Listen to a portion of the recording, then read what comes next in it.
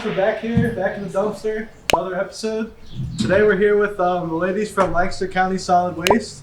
We're really happy to have you guys. Dan was saying we've been working with you guys for over 15 years. You guys are always at our Earth Day event, talking about different stuff in sustainability and the recycling industry. So if you could just kind of give just an intro of your guys, say who you are and kind of how you are here today.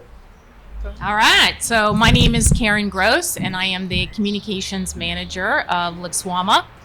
And just to give you a brief overview of what we do, so we manage all of the solid waste and the recycling in Lancaster County.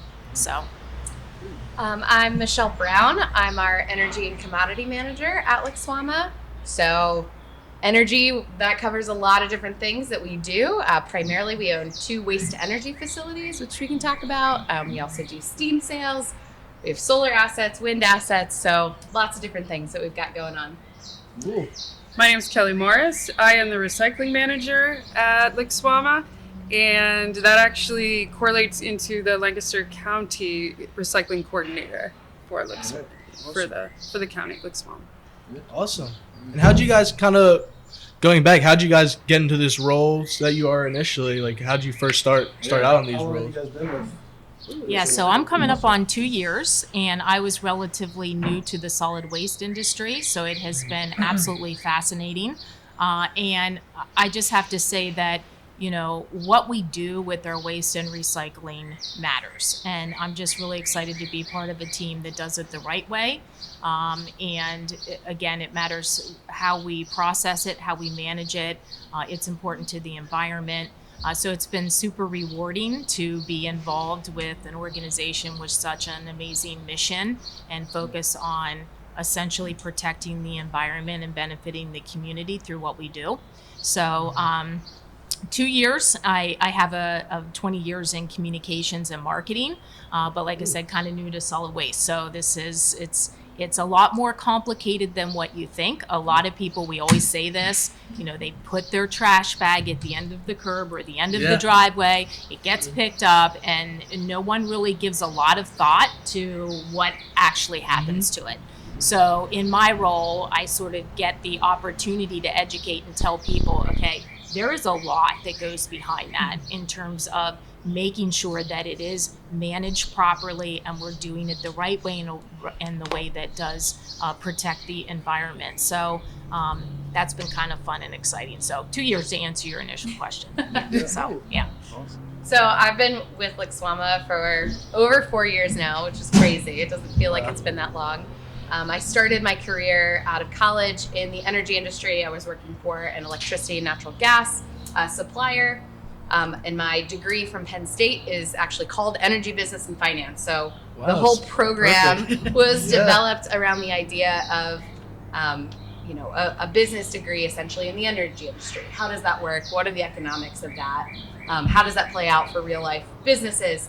And I kind of stumbled into LCSWMA by accident. I started as their recycling manager.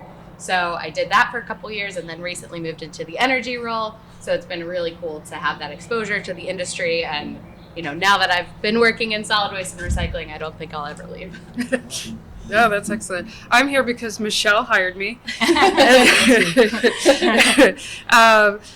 I've been with LCSWMA a little over 7 months now. Oh, yay. Yeah. And my background, I have an MBA in sustainable management, so it was considered a green MBA. Awesome. But before this, I left the corporate world and I was farming for a while on organic farms. So again, a passion for the environment, and I'm just really happy to be in this role with supporting folks and learning all about, I like to talk trash too, so that helps, in this industry. I'm sure you guys like to talk some trash too. We throw some shade sometimes. For sure. We always say we talk trash for a living. So that's what we do. Yeah. Which is great. Yeah. Well, I know, you've been over to their facility. Yeah, so I used to work for J-Dog Junk Removal, so any of our jobs in Lancaster will come by your guys' facility. We didn't do too many in Lancaster, so I didn't get to come by too many times, but I do remember coming by. It was just like so easy. Yeah. Hop on the scale, wait in line, just go back, dump it. It was cool to kind of see like the big, I don't even know what you call them, big excavating machines, Yeah. like pushing all the trash back. And Yeah. when you step out, it's like it's messy. Like, is it hard to kind of like keep that kind of maintained? I always thought about like, cause they just push it all the way to the back, and like, I never know what happens after that. Yeah, so it is pretty amazing to think that at the end of the day, we are managing about 1 million tons of trash per year. It's crazy. Wow. So in order to do that, here in Lancaster County, we have what we call an integrated system. So what you're referring to is probably our transfer station complex, which is located right there on the Harrisburg Pike. So essentially, we, of course, are not the garbage collectors, but rather we are where all the garbage trucks come and dump their waste on our tipping floor, which we call it our tipping floor because the back of the trucks tip in order to dump their waste on the floor. And then essentially what is happening there is we're taking that municipal solid waste and it is placed in transfer trailers, and then that is taken to our waste to energy facility, which is in Bainbridge, in Kenoi Township. And then we're combusting that waste, and we're essentially turning that into energy.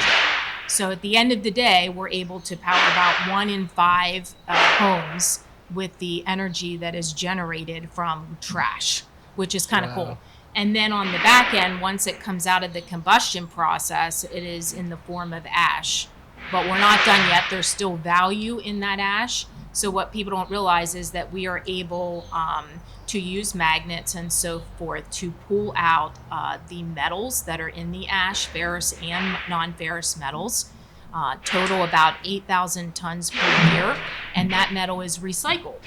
So it's on the back end. So although you're not putting it in your recycling bin, it is being recycled on the back end. And then the final piece of the puzzle is then our landfill, right? And that is in Conestoga, which is in Manor Township. And so that ash then is used at the landfill as daily cover. So we're required to have a type of daily cover on the landfill. And instead of soil, we're able to use the ash. So that helps to preserve land. So also at the transfer station, what is happening there is we're having construction and demolition material come in. Mm-hmm. And so that is a pile on the tipping floor.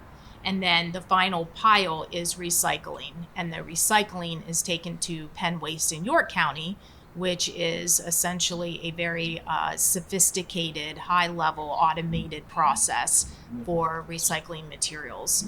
And so then those are being sorted and then sent to market.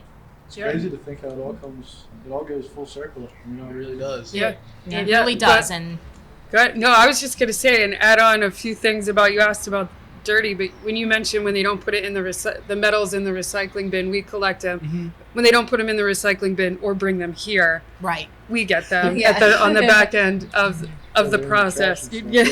But when the metal markets are really good and more people are bringing their metals to folks like you, we see less metals come out the back end of our process. So when the metals markets are lower, we're seeing a higher increase and more metals that we're able to capture off the back end because they're actually throwing them away instead of bringing them here. And on our tipping floor, to keep it clean, there's 2 things that I find fascinating. And you're welcome to come up. And we have a viewing room over there, so you're welcome to come up and check it out. Definitely will. To keep the dust down, there's actually a mister that they can turn on that mists and allows the dust suppression. And we reuse mattresses. So if a mattress comes in, unfortunately, not many mattresses are able to go through the waste to energy process, but they keep a stack of them on each of the tipping floors because the large equipment, the grapplers, will use them to clean the floor up. Yeah. A mop for equipment. Yeah, right. Which is great to watch as well, and it's a way that we're able to reuse, and then that breaks down, and then we are able to actually push that into the trailer to go to waste to energy.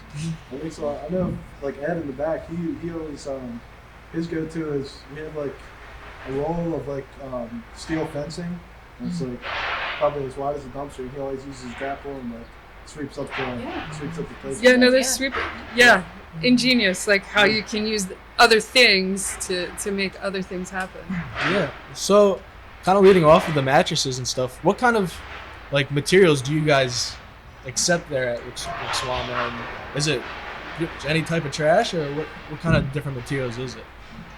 Right. So because I know here for Earth Day, you were talking a lot about the batteries and how they're messing with your system. Like what can you take and what can't you take? right, absolutely. It's a very good question. So first of all, we have had this huge push in terms of our overall message to the public, and just saying that, before you even think about what to do with an item in terms of throwing it in the trash, you should be asking yourself, can I reuse that in some way?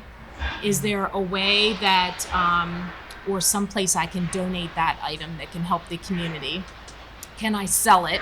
Can I take it to Sahd or another metal recycling facility, or a place that will take metals and so forth, items?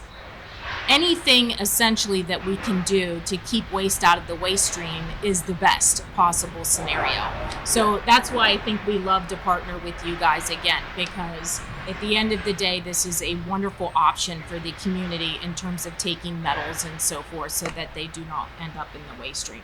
But so what we take, there's essentially, we have a household hazardous waste facility. And that is on the Harrisburg Pike. You might be familiar with that. It's very, very popular for residents. Super convenient. You drive right in, and the whole purpose of household hazardous waste is to take hazardous waste out of the waste stream. So those are items such as household cleaners, right? Pesticides, insecticides, light bulbs, fluorescent light bulbs in particular. You can bring in paint, and if you have stains or oil-based paints and there's liquid in the paint can, bring it to us. We will take that. If it's an empty paint can, you can throw that in the trash. If it's latex paint, we always tell folks, if you can just take the remaining liquid and really place anything in it that can absorb it, like cat litter or wood chips or something along those lines. You can do that, dry it out a bit, toss it in the trash can.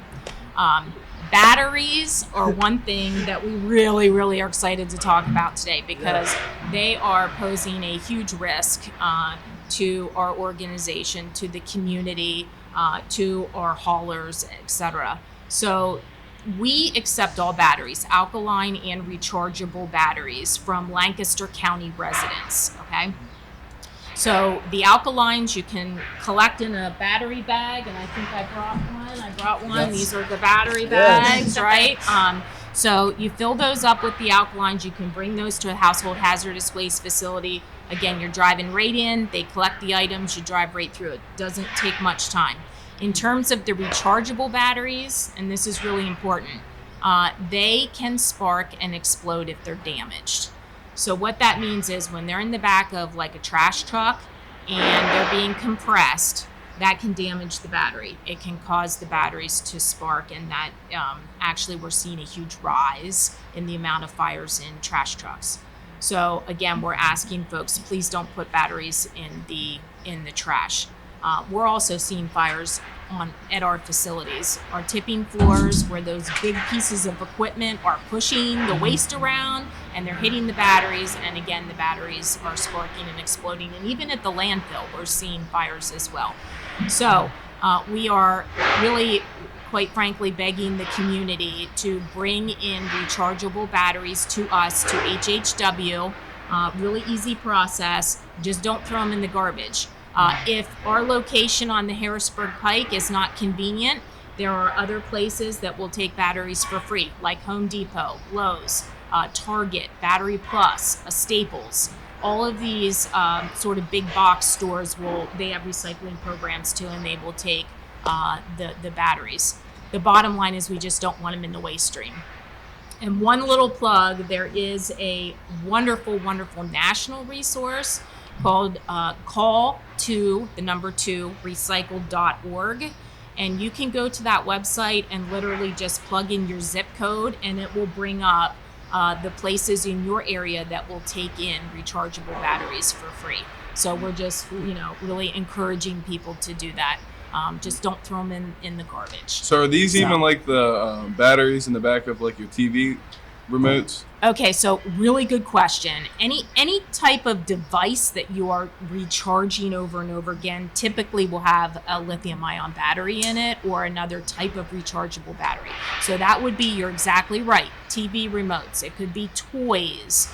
It could be your electric toothbrush, cell phones, some of your electronic devices. Anything that you're charging over and over again. What's happening is and power tools. I need to mention, because that's a really, really big one. A lot of electric power tools, they have the lithium ion batteries attached to them. A lot of electric lawnmowers now, so forth. So they're running their end of their sort of life cycle, and so people are beginning to just toss them in the garbage. Again, those are the types of batteries that if they're damaged, they can present a real problem. Do you see it getting a lot harder too? Because we see all the time, like electric vehicles around. Like, Big push. Brandon, one of the guys from Stewart Welding, he is a Rivian. Do you guys find it's going to be like a lot harder in the future, like with a lot of the electric stuff coming? Yeah, so I mean, at the end of the day, we are pushing electric. And so manufacturers are producing a lot more of these batteries. And so we're not seeing this problem go away. But to answer your question, yes. I mean, the electric batteries in vehicles are an issue. We do not take electric batteries or batteries from electric vehicles. You should take those back to an auto parts store, or even like the manufacturer or where you purchase the car. You can check with those entities. We don't necessarily take those, but they're a huge issue, and we're seeing fires in the community from those batteries. And the fire departments are telling us, hey, listen, one of the issues is that these batteries are just burning hotter and they're burning longer. And so it's taking more water to put them out. I mean, essentially it's a chemical fire. So it's a real challenge. And I think that's one of the reasons why we're just trying to get the message out to the community so that we're doing the right thing with these batteries at the end of their life cycle. Yeah, and this is something as an industry we're watching. We know electric vehicles are here, and those batteries are going to keep coming. So even as an industry, it's not just our facility that's having fires. It's fires across the U.S., and it's creating a lot of challenges. So, they say in about 10 years, we're going to see a huge influx of these, the current electric vehicle batteries that are out on the road now are going to reach their end of their life. So there's really a push to get these programs in place with manufacturers as well. So it's not just the disposal facilities managing this problem. And a good example, right across the river, Penn Waste, their recycling facility, unfortunately had a devastating fire a little over a year ago.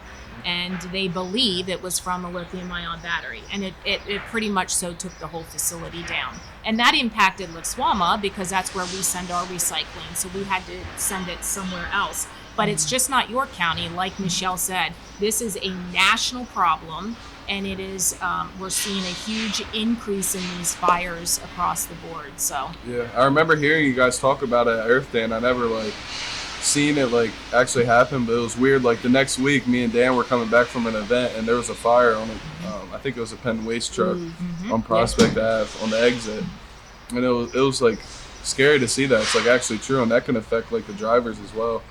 I'm sure they don't want, they're kind of iffy about driving now because they can't even tell if there's a fire in the truck. Yeah, it's a safety issue, and it's also creating a ripple effect. So as an industry, insurance is a big thing. Right. It's creating a lot of fear in the insurance market because they see the rise in fires, and they're less and less willing to participate in insuring industries like ours. So it's causing a problem beyond the immediate impact. Right, that's absolutely right. But if you are watching TV and you hear about a truck fire, because we're every week there's a couple even in this community. If you hear about a trash truck fire, what they do is they essentially find a place to dump the load, and then they call the fire department to put it out. Usually that will be from a battery or pool chemicals, which is another item. Right now it's important to mention because it's pool season, right? HHW does take pool chemicals. So we just encourage the public to bring those to us, and we will dispose of them properly. I remember my pap has a pool that like we have right down the street from my house, and like a couple of years ago, like a chlorine bucket, like it just exploded in the backyard. Oh, yeah. Yeah, Out of scary. nowhere, just like in the middle of the night. So I guess that could definitely, you don't really think about, if you would just think, just throw it in the trash. Right. How do you guys kind of, what do you think are ways that you guys do to try to get that like message out to the public?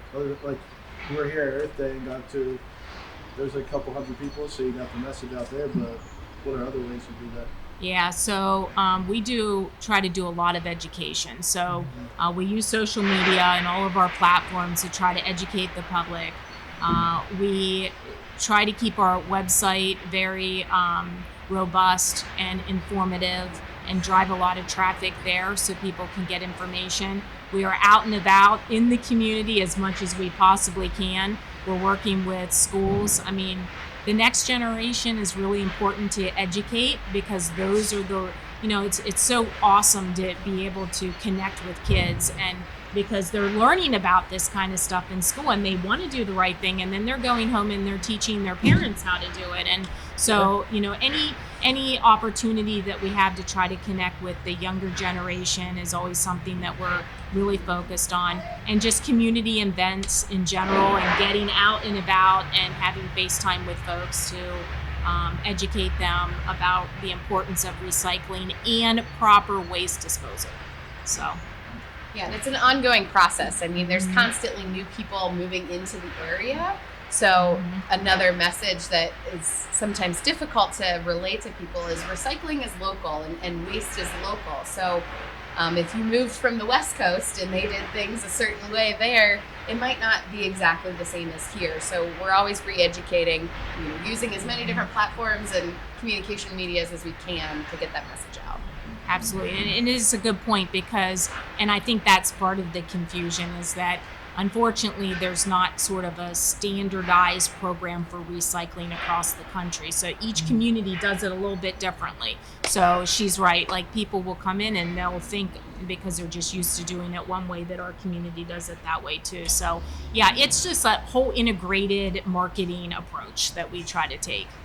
So Do you think it would be better if there was like a kind of a standardized thing across the country that everyone could kind of follow, or do you think it's better to keep it local for each thing?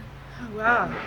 I think even just in the state, it would be great if there were some standards to go by, so that the message could get out to a broader audience, and it wouldn't be as local, and here in Pennsylvania, I'm not sure how many counties there are, but there are almost 2,700 municipalities, That's a lot. which means, and essentially each of them can have their own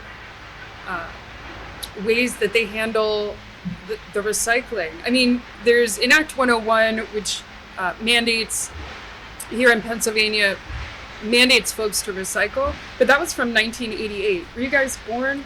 Right. So that also tells you how antiquated just mandating recycling, and it goes by population. So out of those 2,700 municipalities, only 460, so less than 500, are actually mandated and required to recycle in Pennsylvania. So yes, to really answer your question, I think just even as a state, if we could come together and update some things so that more folks were required to recycle, and that requirement is only 3 items out of, so basically metal, we have the big 4 in Lancaster County, which covers that mandate. But even here in Lancaster County, not every municipality is required to recycle, which when you break it down and you tell people that, they're like, what? What are you talking about? Yes. So only 33 out of the 60 are actually required to recycle here in Lancaster County. That's crazy. Yeah. Wow. And so we do have, for the big 4, we do have drop-offs at each of our sites that you can bring corrugated cardboard, plastic bottles and jugs with necks, the aluminum cans, but you can bring them to Sahd for money, right? 50 cents a pound. 50 cents a pound. There you go. There's another reason. We're not going to give you anything. Right, yeah. So bring them the Sahd. And also glass. And then that, as Karen mentioned, does go to pen waste, but we have sites where you can drop off. So if you're in a municipality that doesn't recycle curbside, you can bring them to any one of our sites to drop off, free of charge. So would you say Lancaster is kind of more advanced than the other counties, or how are we compared with them, like recycling wise? Are we pretty good?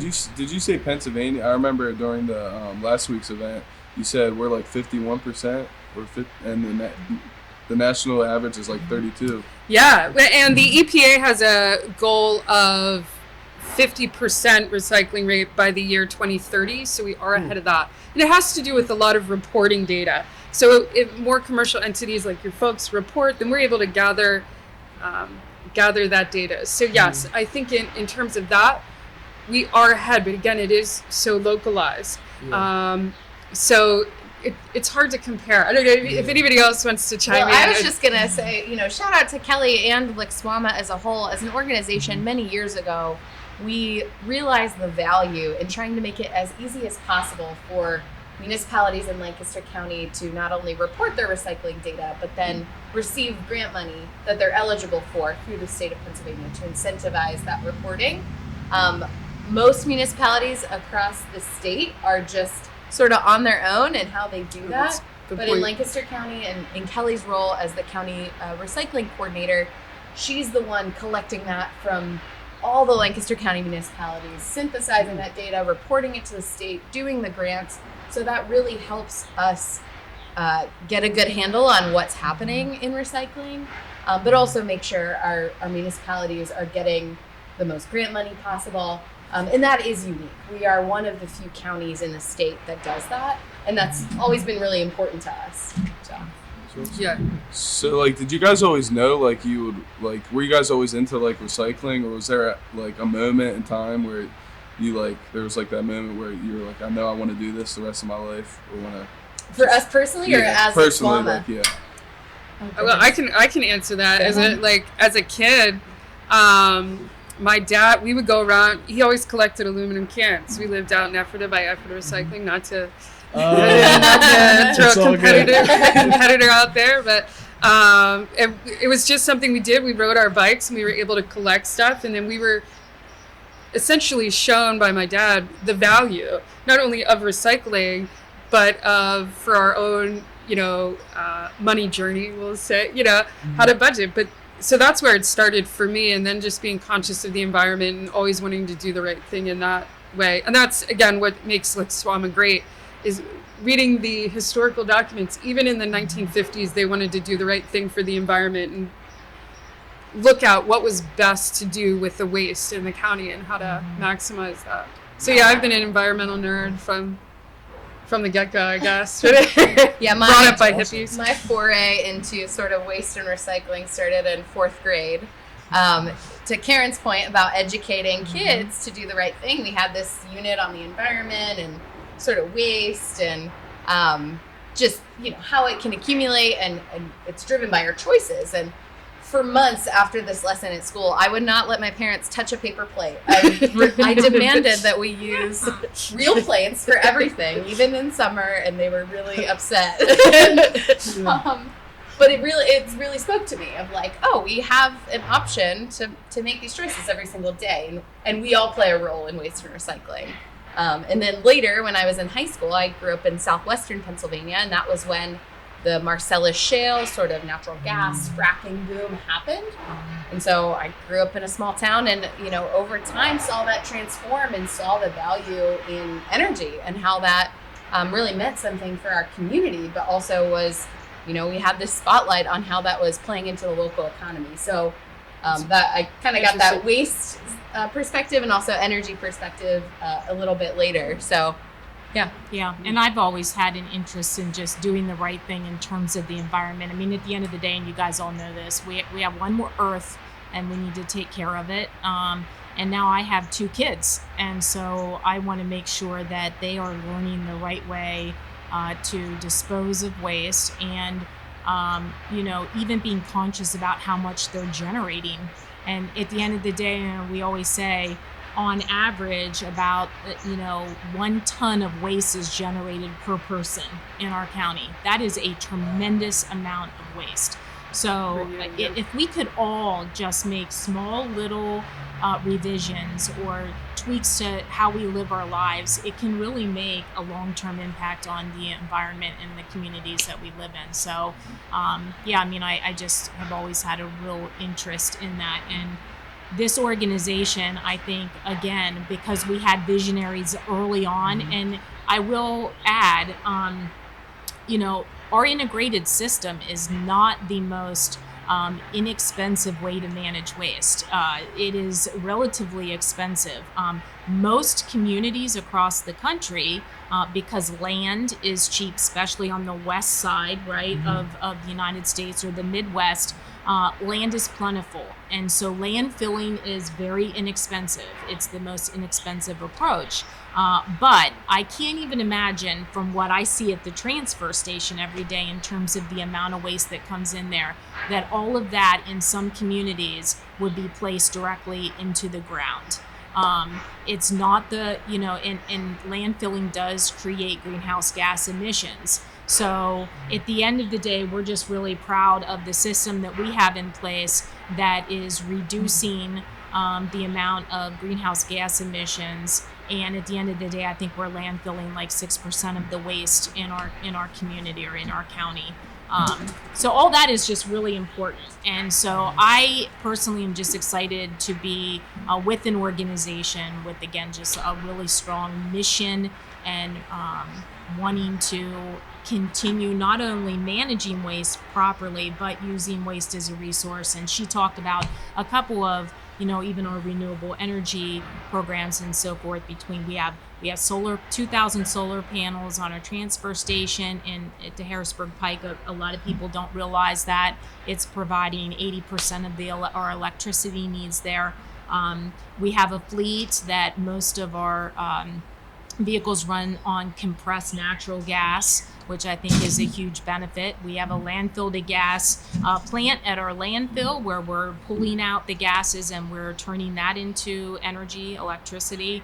Of course, waste to energy is a wonderful way to not only create electricity for our community, but we're also pumping steam over to our neighbor Purdue Agribusiness, and they're using that steam instead of fossil fuels to be able to process their soybeans. So it's like not just how we manage waste, but other ways that we are looking at things through the lens of, how can we make a better impact on the environment? So a little different. Yeah. Mm-hmm. How long is the company? So you're saying looking at like stuff from 1950. How long has the company been around? And what's like, how has it changed, I guess? 'Cause I know you guys have like all the different locations. Dan was telling us you have, you guys are like part of some reserves and stuff that you guys have. If you could kind of explain how you got into, or how it's changed over the years. Sure. So I think we originally, Laura was established, which was the original sort of authority back in 1954. And then the visionaries kind of decided to create this integrated system. And then came the landfill, right? We had the Crestwell landfill and then Fry Farm, and then we put our waste to energy facility online, and that was in the 90s. And so since then, we have evolved, certainly, and waste to energy has played just a really critical role. It's really what we call the linchpin of our system. And I can tell you that if just in terms of the Fry Farm landfill, which was started, came online in the early 90s, if we did not have waste to energy, that landfill would have been to capacity by 2001. And we just are now working on a vertical expansion project that will essentially give us capacity to about 2038. But once again, it's if we didn't have waste to energy, we'd be using a lot more land in Lancaster County to put trash in. So we're kind of proud of that and the way that our organization has evolved over the years. So it's cool how like you kind of have to have like like you said, kind of a visionary to see that before it does come. Like 2001 would have came and you didn't start that new process. Yeah, and as Karen said, this is not the cheapest option. So really that visionary leadership back then saw the power of waste to energy, and didn't just look at the price tag. They saw the value in saving the land and, realizing that that's less land that we have to set aside for a landfill in Lancaster County. We have beautiful farmland and lots of preserved land, and we wanted to protect that. So just even their leadership in saying we're going to invest more money in this technology now because of all of these other benefits that it provides to the community. Yeah, and just to echo what she said, and an interesting number is, so for every 10 transfer trailers that are driving into waste to energy, we have one dump truck full of ash coming out that's going to the landfill. So at the end of the day, waste to energy provides this community about 90% reduction of waste. So it's, like she said, it's not inexpensive, but there are tremendous benefits. And like she said, we love our land in Lancaster County, so it's a great way to preserve it and just to do something that is overall beneficial to the environment.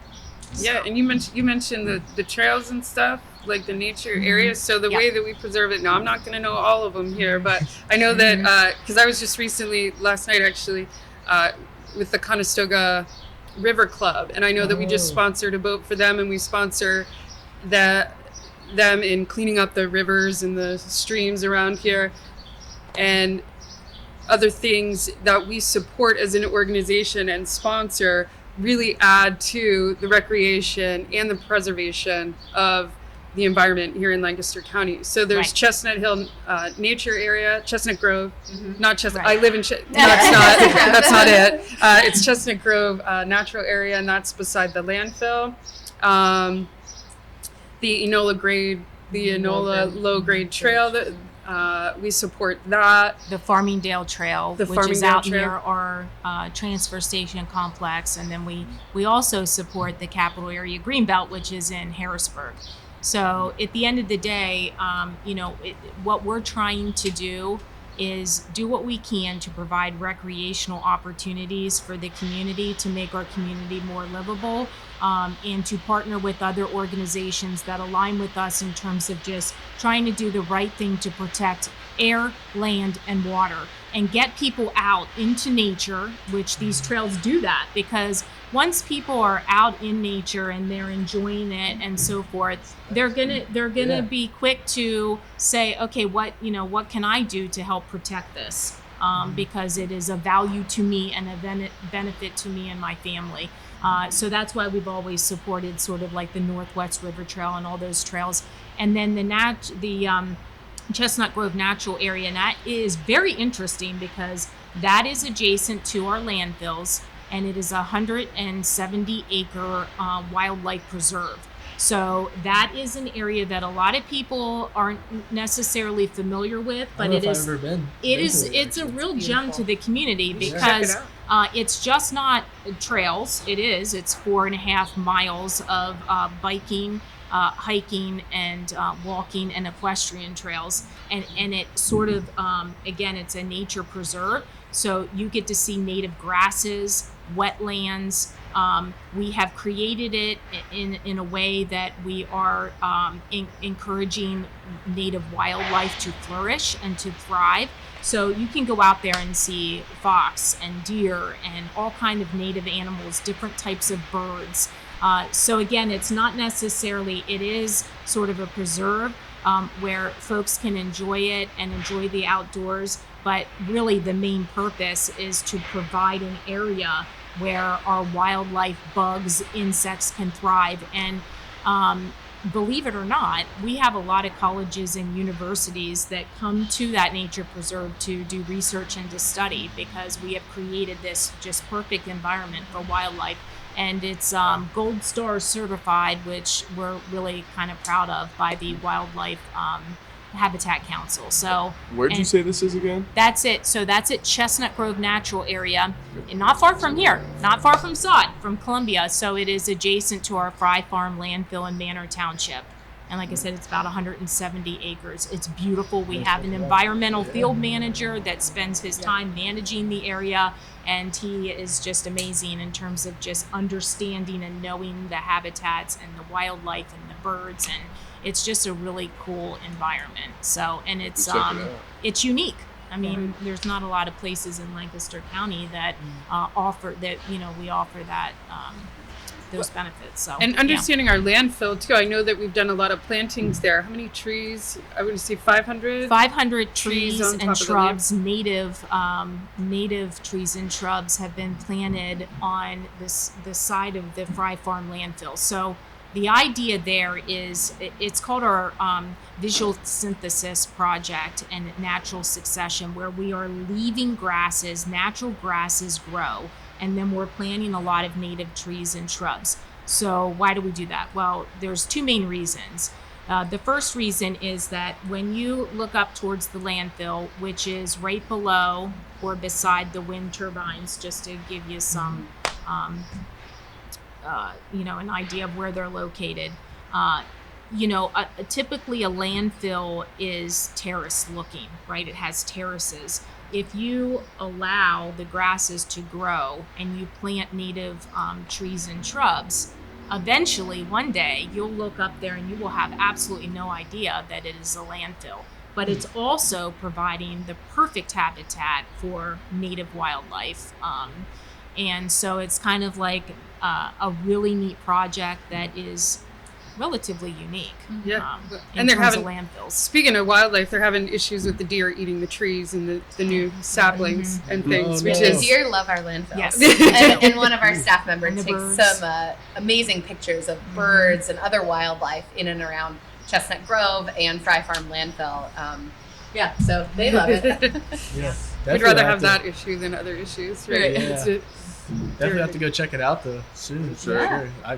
Maybe after work or something. I'm excited for it. I'm gonna go see it. It's beautiful out there Yeah. now because everything's kind of blooming and growing, and a lot of the trees, even though we just planted them 2 years ago and some last year, they're taking hold, and it's really changing the overall look of the landfill. And like I said, it's amazing because when you're on that side of the landfill, it's so quiet and peaceful, but you hear a lot of bugs and birds, and you see wildlife, and that's one of the main goals. So it's cool to see that it's thriving.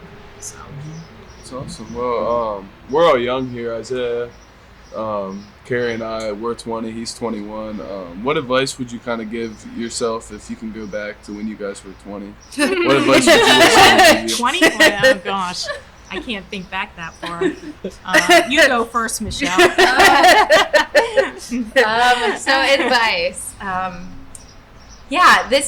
I would say just be open to change, open to opportunity. My story is a little unique. When I was young in my career, I worked for a small firm that unfortunately went out of business very quickly. So at that moment, I was thinking, what do I do? This is my plan. I was going to be here at this company with these people, and that wasn't an option anymore. But because in that role, I was given exposure to network with other local businesses and other people, and kind of branch out. It helped me, and it set me up very well for that next step, because I had built those relationships. And that's, at the end of the day, relationships are really what drives your career and your meaningful steps forward, and even just your kind of outlook and reaction to unexpected things. I had a choice at that moment when I lost my job. I could just say, well, I guess I'm gonna just give up, or no, I'm gonna keep going here and reach out and see what's available. And that ultimately led me to LCSWMA. I didn't think I would be working in the waste industry at that point, but it ended up being like the biggest blessing in disguise. So just be open to change, open to unexpected things, and have that positive outlook and maintain those relationships. Yeah, that's great, Michelle. I love that. I'm not sure that I need to tell myself advice. We've gone over that with myself, but for folks in your demographic, like, don't regret anything, even the mistakes you made. Don't regret that. And if you have goals, yes, focus on the goals, but really embrace the journey to get there. Because if you're just so hyper focused on a goal, on getting to one place or one goal, A, you may not even realize when you reach that goal, and B, you're going to miss so many other opportunities and experiences around on that journey. And always try to learn stuff, whatever that means. It doesn't necessarily mean that you have to go back to school and, get all numerous degrees like I have, but just embrace the learning of things like this. You're learning from us, and continue that process, because you never know when that will come into play and help you. And it really just allows you to grow as a human, and be better in whatever you do. I guess, that would be what I say. Perfect. Yeah. That's great. Thank you. That was all great. I think the only thing that I can add is just do what you love to do, and it's sort of Great cliche, point. but Yeah. at the end of the day, find where your passions are, what you're interested in, what really gets you excited when you wake up in the morning, and just do that and do more of it. And I think just overall, be okay when things don't go your way. Yeah. When you do wake up, there can be negatives in terms of your job. Don't think about the negatives. Think about the positives. What do you really love most about your job? And focus on those as you're moving into your work day. And I think it'll just get you grounded and get you focused, and it'll just make your day and build into your overall career. So if you just keep kind of like a positive attitude and focus on all the wonderful things that you're good at. So Love yourself great. first. yeah. Love yourself. And I love Always. what you said, Kelly, about, formal education is one way to learn new things. But some of my greatest learning over my career thus far has come from the more informal things, or, the leadership trainings, or getting to even learn from our drivers or our guys, working on the landfill every day. Like, they are just such a wealth of information about how the business works, or just, and business is people. So, and just even how, people respond to each other. So there's lots of opportunities for learning. And find a good mentor. And you guys have some great mentors here. Yeah. The in jackpot. terms of Dan and the Yeah. team Very here, appreciative. you are really lucky that you landed in an amazing company that not only does incredible work in terms of metal recycling, but also just does a lot for the community, and that's important to the organization, and you can tell that. So you guys are at a great place.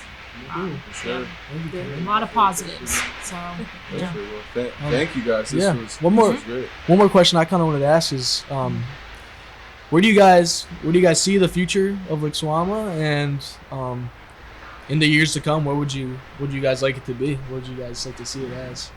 This was one question I kind of wanted to end it off on. I think what we want to do and what we want to be focused on is just always being in the position where we can evolve and innovate so that we are continuing to manage waste in the proper way in Lancaster County.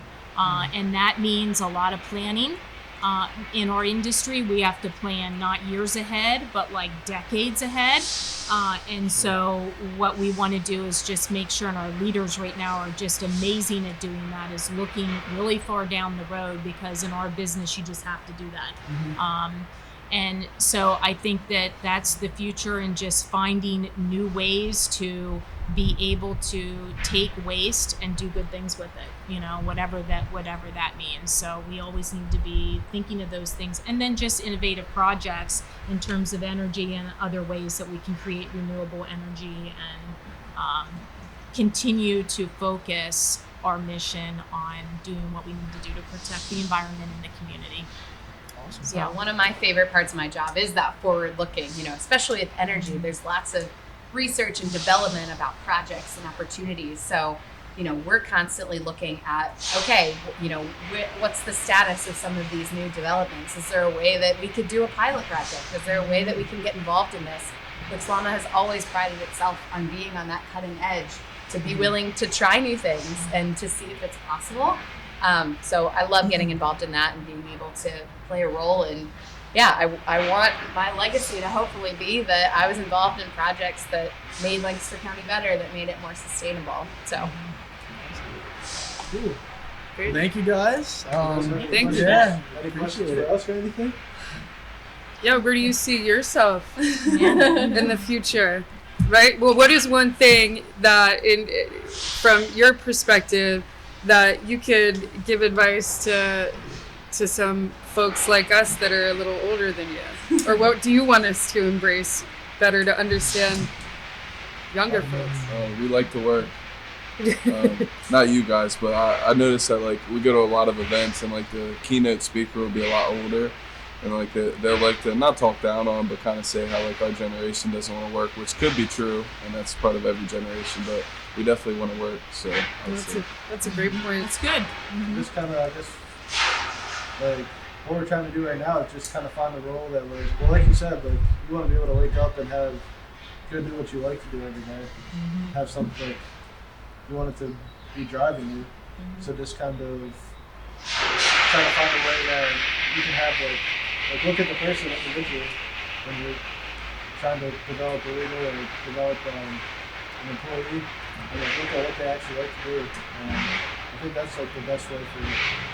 That's how you're gonna start to work your job is like doing stuff that you actually like to do. For us, I was gonna ask you guys how many employees are in Swammer. Like for us, we're kind of small but mighty, I would say, like in the industry. We only have 16 employees, so we all have to bounce around and do each other's roles. So like, you're not always going to be doing what you like to do, but yeah, trying to find your best fit, I think is the best way to do it. Yeah, so to answer your question, we have about 115 employees at this point across all of our sites. So that would be the transfer station, the Fry Farm landfill, the Susquehanna Resource Management Complex, which is in Harrisburg, and then of course our waste to energy facility in Bainbridge. So we employ about 115. Awesome. So, Yeah. and that's in all different areas, of course. So, from general laborers all the way to accountants and environmental specialists, energy folks, recycling folks. So, yeah. Well, I think that's all the questions we had for you guys. Do you guys have any more? I'm good. Yeah, I think it's went pretty good. Yeah, I think. Yeah. Thank you. Yeah, for sure. That's great. Yeah. Yeah. Thank you guys for coming having on. us. Yes, thanks Yeah. for joining This us is in the great. dumpster. Yeah, appreciate it. And remember, don't throw away your batteries. Yeah. Don't throw That's away it. your batteries. That's really- Bring them to us. end it with HHW. Awesome. And Thanks, guys. recycle right, like. Thank you Yeah. guys. It's like Catch a you great on the next episode. Yep. Thanks for watching, everyone.